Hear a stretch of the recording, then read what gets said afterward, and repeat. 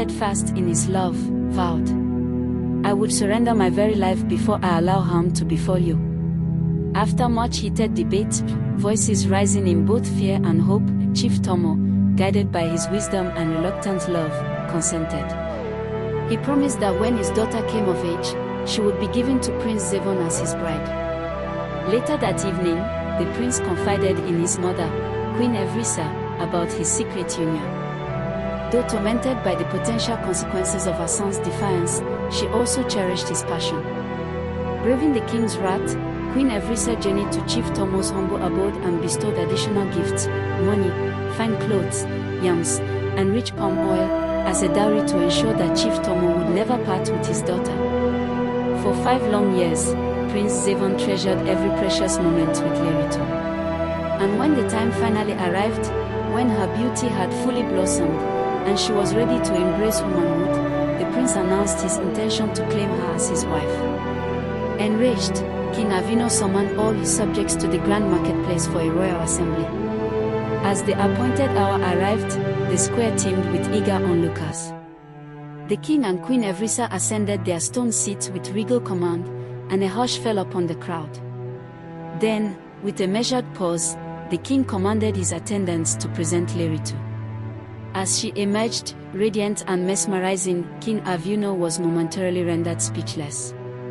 With a voice both authoritative and softened by awe, he proclaimed, "I summoned you today to condemn my son's disobedience, but upon witnessing her beauty, I must admit that his choice is wise." In that moment, his wrath transformed into reluctant admiration, and forgiveness was granted. The people, spellbound by Lerito's allure, implored the king to abolish his harsh decree. Yielding to their heartfelt pleas, and to the undeniable call for justice, King Avino declared that, under the ancient Egbo law, the cruel order was cancelled throughout the kingdom. Lavish gifts of palm wine and coin were distributed to the 8 Egbo elders to spread the king's decree far and wide. At twilight that very day, Prince Zevon and Lerito were wed in a celebration of epic proportions. A grand feast, lasting 50 days, unfolded like a vibrant tapestry. 5 cows were sacrificed, tables overflowed with fufu and sumptuous palm oil dishes, and pots of palm wine lined the streets for all to savor. Dramatic pause. Day and night, singing and dancing filled the air, echoing the joy of the union. When the festivities eventually subsided, King Avino, in an act of magnanimity, granted Chief Tomo dominion over half the kingdom and entrusted him with 300 slaves.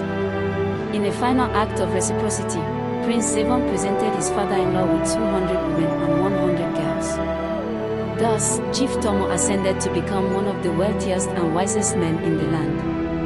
In time, as fate would have it, King Avino passed into legend, and Prince Zevon ascended the throne, ruling with love and sagacity. And so this enduring tale stands as a tribute to the power of love, wisdom, and the courage to defy an unjust fate.